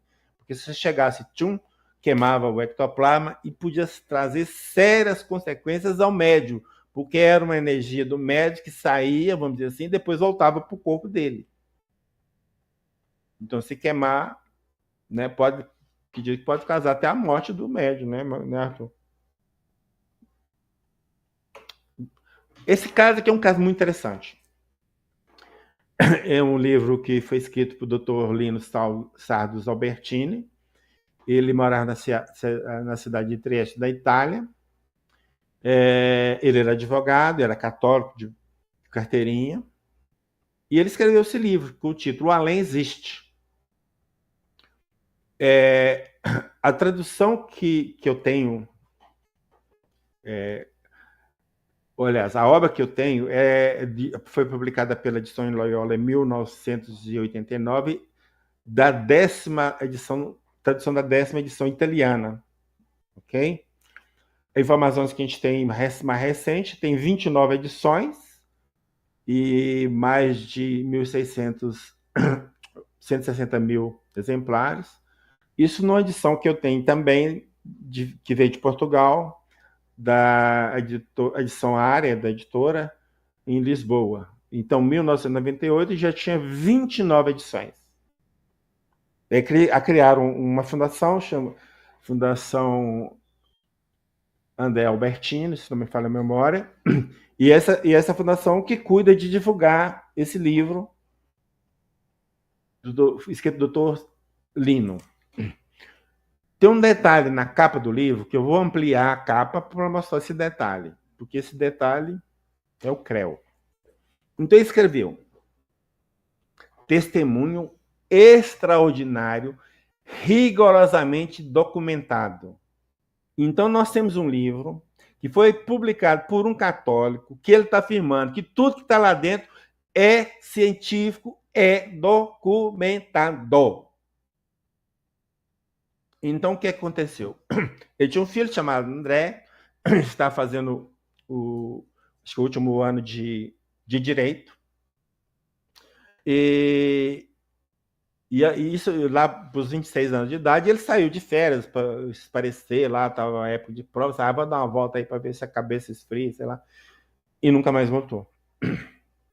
Então, isso deixou os pais desesperados, né, aflitos em relação ao que tinha acontecido com ele. E falaram, né, para ele procurar uma tal de Dona Anita. O nome verdadeiro não é este, mas né, foi dado o pseudônimo. Mas ele recusou, aí, não, que esse negócio não, eu sou católico, não mexo com isso não, que negócio tal. Mas a saudade aperta, não acontece nada de resultado, e aí o André se manifesta, né? E aí ele dá passa a informação que ele foi vítima de um assalto que o mataram, né? Bom, mas aí o que é interessante é que o doutor Lino pergunta ao filho assim, e que obviamente que seria coisa que qualquer pai ia perguntar: por que você morreu tão cedo? Né? 26 anos, cara? Por quê? Por quê? Por quê, né? Aí o André disse, então ele diz, nossa, ele que escreve, o pai, Lino, disse-nos, ou seja, André disse-nos, ter nascido e morrido para executar uma missão especial, isto é, presta atenção, fornecer as provas da existência da vida após a morte, de modo que muitas pessoas acreditem mais em Deus e respeitem a sua lei. É inútil dizer que sua mensagem nos chocou e nos emocionou profundamente. Então, André morreu naquela circunstância para voltar para provar que a vida continua, era a missão dele. E aqui no Brasil, nós falamos que quem publicou a obra do Dr. Lino foi a editora Loyola. Certo, Arthur? Lembra disso? Sim. Quantas edições, Arthur, que ela publicou? 29, não é isso? Não. Aquela nós pegamos da edição italiana. Quantas edições a editora Loyola publicou aqui no Brasil? É isso mesmo. Nada. É isso mesmo. Nada. Nenhuma. Só ficou na primeira, aliás. Certo. Cara, presta atenção. Ele veio com a missão de provar que a vida existe depois da morte civil e eles botam debaixo do tapete, Arthur. É isso? Uhum. Absurdo, né? É um absurdo, sim, com certeza. O pai era católico, publicou um livro. E a igreja vem e joga ele para debaixo do tapete, cara. Que isso? Sinto muito. Não posso concordar com um negócio desse. Aqui nós temos um fragante da Dona Anitta, a médium, que não é canhota, recebendo com a mão esquerda, recebendo entre aspas, né? Escrevendo, uma mensagem de André com a mão esquerda. Preste atenção, Arthur, na imagem. Ela não segura a caneta. A caneta está em pé escrevendo sozinha. Então, para mim, é fenômeno de efeito físico. Alguém do outro lado, entendeu? Está segurando a caneta e está escrevendo, cara. Aí ele fala, o doutor Lino disse, acrescenta que, ao receber as respostas, Dona Anitta nunca sabe do seu conteúdo, quer por estar escrito de cima para baixo, que ela põe, né?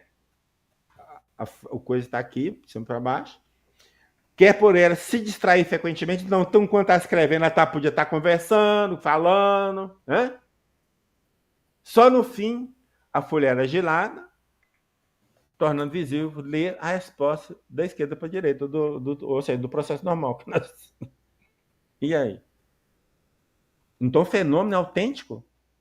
E quem está provando o fenômeno autêntico não somos nós, espíritos. É um católico que provou. 2 padres assinam o prefácio, ou falam alguma coisa no prefácio, na introdução dessa obra. 2 padres assinando embaixo. Concordo tudo com o que o doutor Lino está falando. E aí? Mas aqui no Brasil tem um museu chamado Museu da Alma do Purgatório, por volta, eu acho, aí eu não me lembro assim com muita certeza, mas por volta de 250 provas de que os mortos voltam. Então, para os católicos, os mortos voltaram do purgatório, tá certo? Por isso, o Museu da Alma do Purgatório.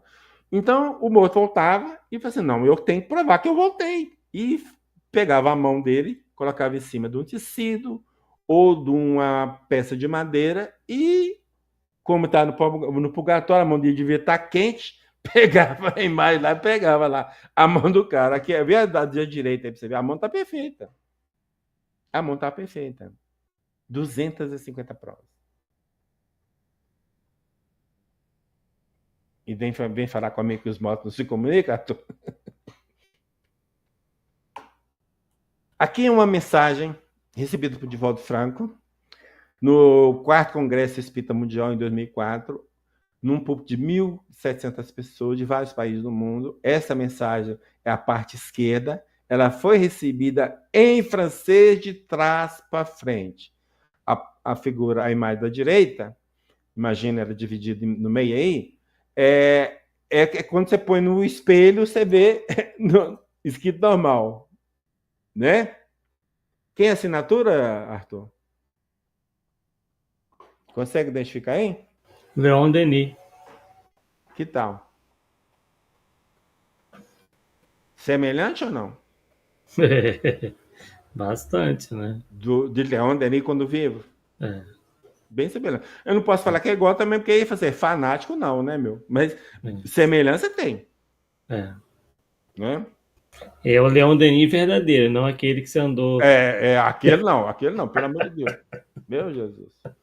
E aqui alguma coisa de Chico em termos de pesquisas que foram feitas com ele. O primeiro trabalho aí que destaca dele foi uma mensagem que recebeu de Emmanuel em inglês de trás para frente também. Detalhe, o Divaldo não sabe francês e muito bem escrever de trás para frente. E nem tem hábito de ler de trás para frente, nem escrever nem de ler. Chico também não sabe inglês e não sabe ler nem escrever de trás para frente. Essa chama escrita invertida ou espelhar. Quer dizer, você só consegue ler se levar no espelho ou virar a contraluz, você consegue também. Bom, tem uma obra chamada A Vida Triunfa. Essa obra é interessante porque foram analisadas ali por metodologia científica 45 mensagens psicografadas por Chico, por Paulo Rossi Severino e uma equipe da AME, Associação Médica Espírita de São Paulo.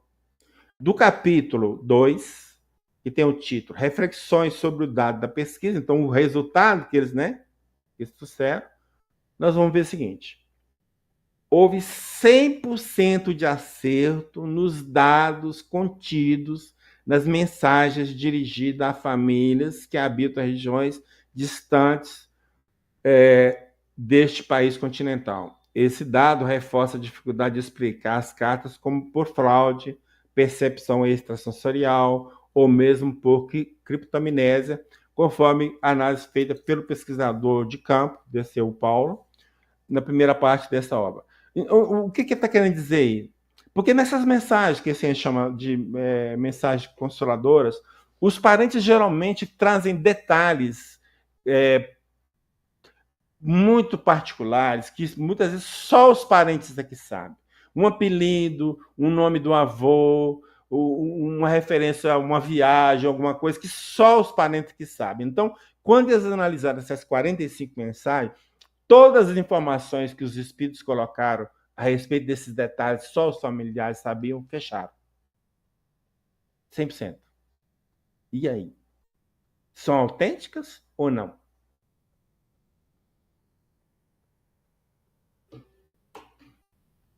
E uma mensagem específica, ela foi recebida de uma entidade em 1978, por uma entidade que chamava-se Ildo Mascaro Saulo, era uma italiana, mandou uma mensagem para a família. Só que essa família tinha um cartão, esse cartão postal, que você vai para a cidade, escreve alguma coisa e manda para o cara, pro correio. E esse perito, Carlos Augusto Perandeia, pegou essa mensagem que o Chico escreveu e pegou o cartão que ela, quando vive, escreveu para a família e comparou as grafias, ou seja, fez um exame grafotécnico dos dois documentos. O detalhe é o seguinte, ele foi perito grafotécnico do Banco do Brasil de 1965 a 70, então durante 5 anos. Professor de datiloscopia e grafoscopia da direção do Banco do Brasil, então funcionário de 1972 a 1986. E o detalhe, durante 25 anos de atuação como técnico de grafotécnico, ele emitiu 700 autos técnicos, sem uma única contestação. Então, dá para perceber o nível que ele tem de técnica de análise. Entende? É esse que é o ponto. Então, ele fez... Aí, o que é isso, essa análise? Então, eles comparam a forma que a pessoa corta um T, que fecha um O, que acentua um I. Então, a escrita tem detalhes que nós, outros, não vemos nada. E eles vê tudo. É como se fosse a impressão digital da pessoa. Muitas vezes, por mais que você queira disfarçar, os seus detalhes tá tudo marcado, tá, entendeu?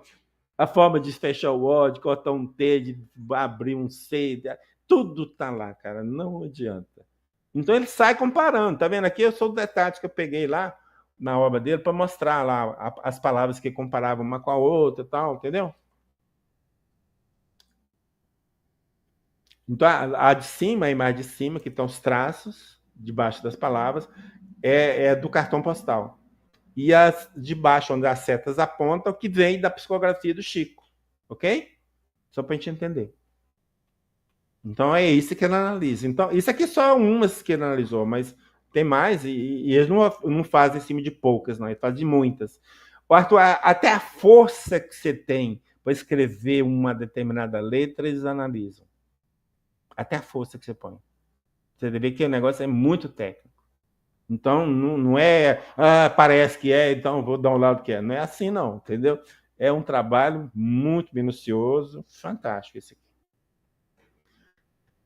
Bom, então no parecer final, então Carlos Perandé vai dizer o seguinte: a mensagem psicografada por Francisco Cândido Xavier, em 22 de julho de 1978, atribuída a Iro Mascaro Saulo, contém, conforme demonstração fotográfica, aí vai das páginas, em número, contém em número e em qualidade consideráveis e irrefutáveis características de gênero, ou seja, de origem gráfica, suficientes para revelação e identificação de Hildo Mascaro Saulo como autora da mensagem questionada. Qual foi a mensagem questionada? A que Chico recebeu. Então ele está falando, essa aqui é a mensagem que o Chico recebeu, quem assinou foi Dona Hilda Mascaro Saulo. Ponto. Se você assinar um cheque e falar que não é seu, você não assinou, se levar no perito, o juiz vai dizer, paga, cara, paga, que é melhor para você, porque não tem jeito. Você só pode contestar se pegar um outro laudo que negue, deu para entender? Agora, se deu um empate, por exemplo, então vai ter que arrumar um terceiro para desempatar, tá? Mas esses peritos, geralmente, eles têm, não sei se é o termo certo, é fé pública, né? Então o laudo dele tem valor. Então o juiz assina embaixo. É isso que ele falou, é assim, eu não quero nem saber. Entendeu? Então tá aí atestando a autenticidade da mensagem de Chico. Na revista Espírita, aliás, na revista Viagem Espírita, que Kardec escreveu, em função da viagem que fez na França, em 1862, nós tiramos um relato interessante. Ele vai falar que na cidade de Saint-Jean d'Angely, vimos um médium mecânico que podemos considerar excepcional. Trata-se de uma senhora que redigia longas e formosas comunicações enquanto lê o jornal ou conversa com os parentes. Isso sem nunca olhar para a sua própria mão. Sucede muitas vezes que, distraída, não se percebe de que a comunicação chegou ao fim. Agora. Os médios iletrados são numerosos. E muitos há que psicografam sem jamais terem aprendido a escrever. Isso não é mais surpreendente do que ver um médio desenhar sem ter tido iniciado nessa arte. Então, o que ele está falando aqui? Que tem muitas mensagens que os médios não sabiam escrever, mas escrever as mensagens dos espíritos. E aí? E aí, no caso dos médios desenhistas, nós vamos trazer uns exemplos. O primeiro exemplo é de Augustin Lesage, que ele era um operário de mina de carvão na França. Ele só tinha o diploma de curso primário, e ele lá enfiado no meio da mina, começou a ouvir vozes. E as vozes falam assim, um dia serás pintor. Cara, eu fico pensando, eu lá nesse túnel, eu estava ferrado, porque ia sair disparada lá que eu não quero nem saber. Um dia será pintor, e de tanto encher a paciência, assim, então tá, vamos lá comprar os pincéis. Aí o cara chega lá para comprar pincel de pintor, que pincel que eu vou comprar? Eu não sabia. Aí, Arthur, sabe o que aconteceu? O espírito baixou nele e escolheu os pincéis, cara. Escolheu os pincéis. Olha o tamanho da moldura que o cara pintou para quem nunca pintou na vida. Nunca. Não sabia nem escolher pincel. E as pinturas deles tinham uma característica muito forte, que os motivos todos do Egito. Todos. Nunca tinha ido no Egito. E aí? Aí as mensagens. Geralmente tem uma simetria, né? Esse é do meio, se você puser uma linha no meio, você vê que é mais ou menos parecido dos dois lados, tá vendo assim? E aqui nós temos um outro médio de pintura, que é o Medrado lá da Bahia. Acho que é Salvador, se não me engano. Esse eu já presenciei em Poços de Caldas. Eu Chile, em Poços de Caldas. Ele, pessoalmente, cara, é fantástico. Porque eu falo assim, Arthur, que nem é pintura, cara. Os caras espalham tinta na tela e saem mexendo para lá e para cá. Daqui a pouco o quadro está pronto. Impressionante. Quando são detalhes particulares, ele pega um pincel, que é o caso que está aqui agora, tá vendo? Pega um pincel para fazer um detalhe ou para fazer assinatura. Mas na maioria é espalhar tinta. Porque trem doido lá, que assim, não sai nada. Aqui tem duas pinturas dele, né? Essas pinturas aqui, 5 minutos, bate, volta, tem loucura. Renoir e Manet. Esse dia eu estava lá. Essa que eu tirei de lá, de Poços de Caldas, quando eu estava no evento de Poços de Caldas. E aqui nós temos a Valdilice, também era analfabeta. E a característica dela é pintar com os pés. Observe a pintura que ela está fazendo nessa pintura maior. Olha, desculpa, nessa imagem maior. A pintura ela está fazendo com os pés. E o quadro está sendo feito de cabeça para baixo. Vamos ver o quadro pronto, Arthur? Cara, não tem lógica. Não tem lógica, cara. Não tem lógica um trem desse. Olha para você ver que perfeição. Quem conhece pinturas dos autores, parece que tem a característica, a impressão de Monet, que ela assinou Monet. Então, mas é fantástico. E aqui nós temos um caso também interessante. Isso aqui aconteceu na Espanha, na casa da dona Maria Gomes Câmara. Isso lá em 1971. E esses fatos foram documentados, comprovada a realidade deles, né? Embora um QV da vida andou questionando, mas tem comprovação científica. Ou seja, pessoas de conhecimento, pesquisadores foram lá e comprovaram o que nós vamos mostrar aqui que aconteceu na casa dela. Bom, ela tinha uma casa, nessa casa dela, o chão da cozinha era de cimento. E neste chão de cimento começaram a aparecer caras. Ah, é? Então dá. Chama um pedreiro, quebra esse cimento todo e vão fazer esse cimento de novo, novinho. Aí o que aconteceu? No outro dia, a cozinha estava toda, o cimento, o piso da cozinha estava todo cheio de caras novamente. Não sabe-se por quê, como surgiu. Tempo depois, pesquisando nos arquivos da cidade, descobriram, Arthur, aqui, meu Deus, descobriram que a casa dela tinha sido construída em cima de um cemitério. Vocês que moram em casa aí, cuidado, hein? Vai pesquisar para ver onde foi construída a casa de vocês. E aqui tem um outro caso, é o último de caso, né? Um grupo são 2 casais na cidade de Norfolk, lá da Inglaterra, em outubro de 1993, criaram uma equipe, né, para estudar, pesquisar os fenômenos de que eles chamaram de experimento escola. Então, o que acontecia? Isso aqui eu tive que trazer uma imagem para explicar o que é um filme, né, na embalagem, né? Porque hoje não existe mais. Então, as máquinas de antigamente tinham um filme. Então, eu pegava esse filme, jogava dentro da máquina, na parte onde que tem à direita, que tem uma espécie de uma coisa redonda ali em cima, naquela parte ali, o filme, colocava e ele passava para o outro lado, e à medida que ia passando para o outro lado, as imagens, tirando foto, passava. Tirar foto, passava, uma a uma. Né? Eu tinha uns quadrinhos um a um em cada filme. Então a gente chama isso aqui filme velado. Ok? Então o que estava acontecendo? O que aconteceu nesse experimento de escola? Eles criaram uma caixa de madeira, tipo essa que está aí na imagem, e jogavam aquele filme velado dentro dessa caixa. Ok?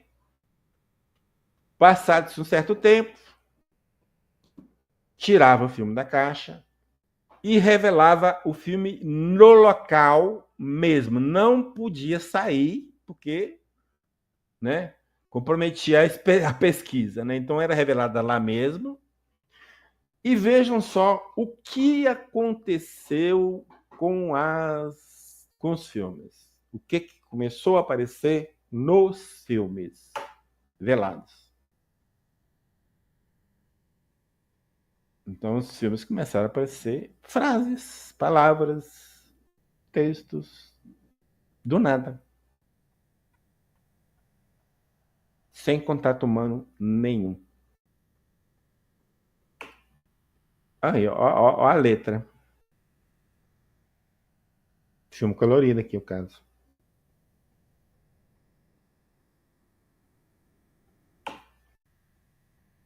Essa imagem com as duas assinaturas à direita é a comparação de uma imagem que vem no filme com a imagem de um tal de Thomas Edison. E aí fechou.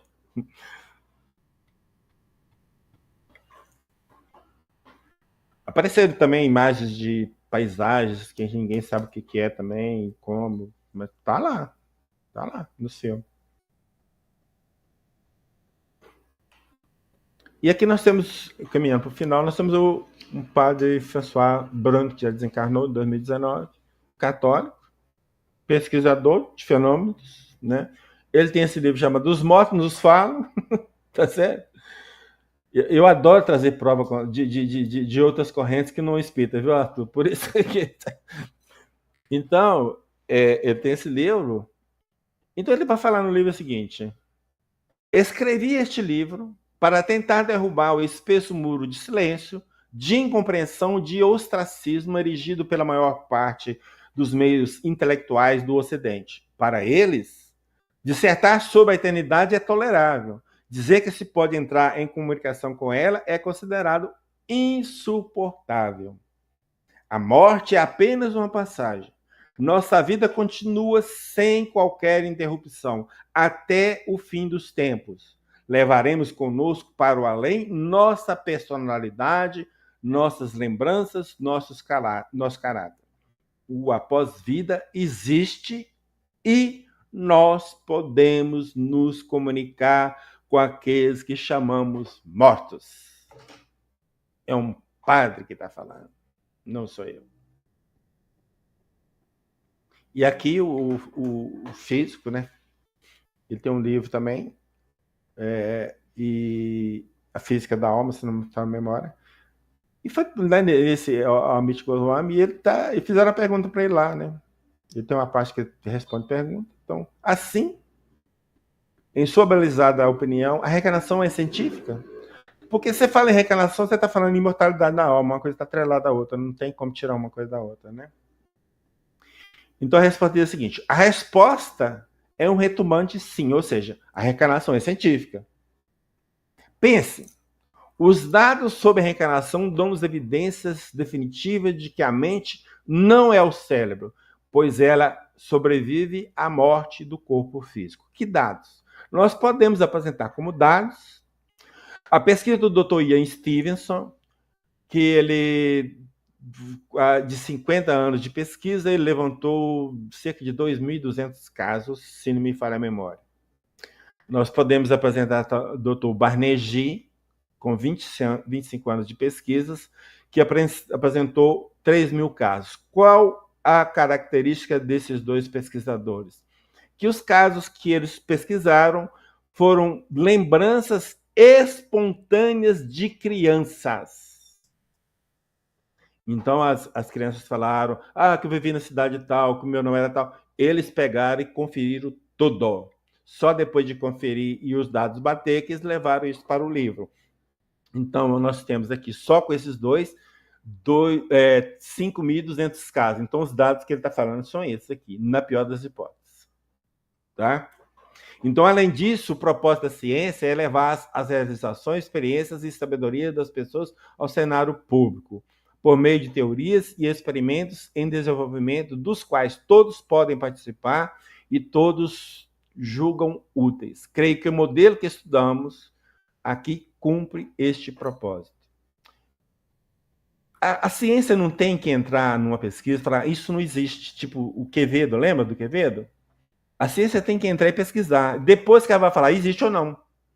Se você entra na pesquisa que não existe, você vai acabar no final falando que não existe, porque você está com a ideia preconcebida. O óbvio você não vai ver.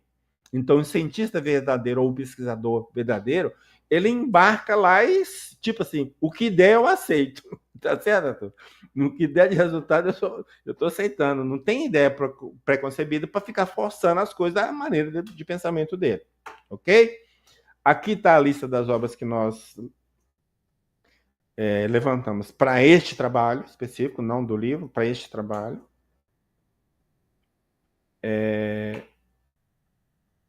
Mais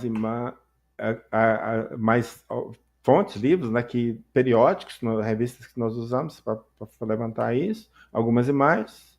E na época não tanto levantava as fontes igual eu levanto hoje, então algumas imagens eu não sei de onde eu tirei, mas foi na internet. Mas onde eu pude identificar, eu coloquei aqui. Isso se transformou no livro físico, que pode ser, para interessar, pode comprar pela editora, a Ethos ou Jack. Depois, se alguém interessar, pode entrar em contato comigo. Mas se pesquisar isso, colar na internet, você acaba achando.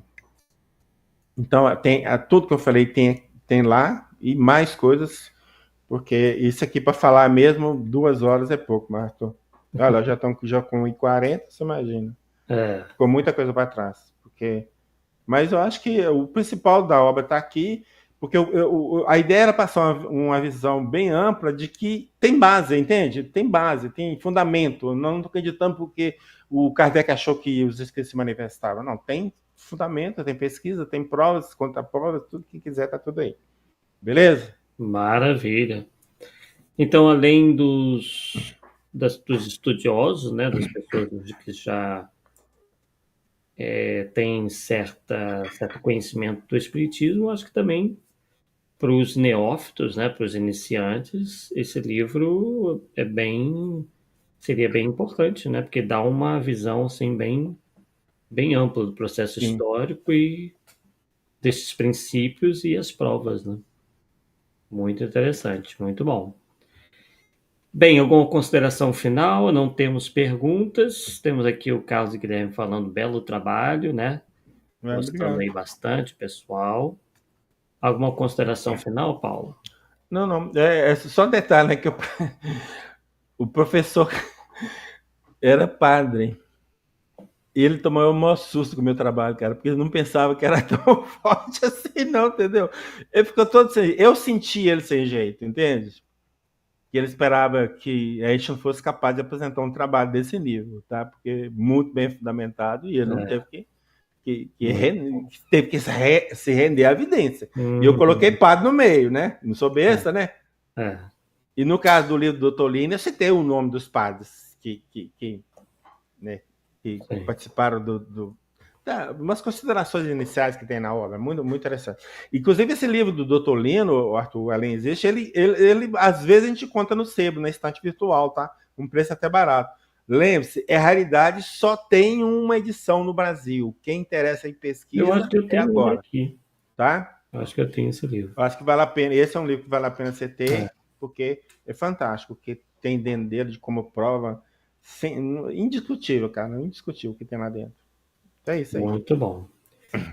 Beleza, então encerramos hoje esse Polêmica Espíritos número 125 e quarta-feira, não a próxima, outra, estaremos de volta em mais um Polêmica Espírita, que será o de número 126. Então, pessoal, conto com a presença de vocês, compartilhem, né, nos grupos de WhatsApp, nas redes sociais, para que mais pessoas, né, possam conhecer esse trabalho aí e, enfim, e ter acesso a todas essas informações.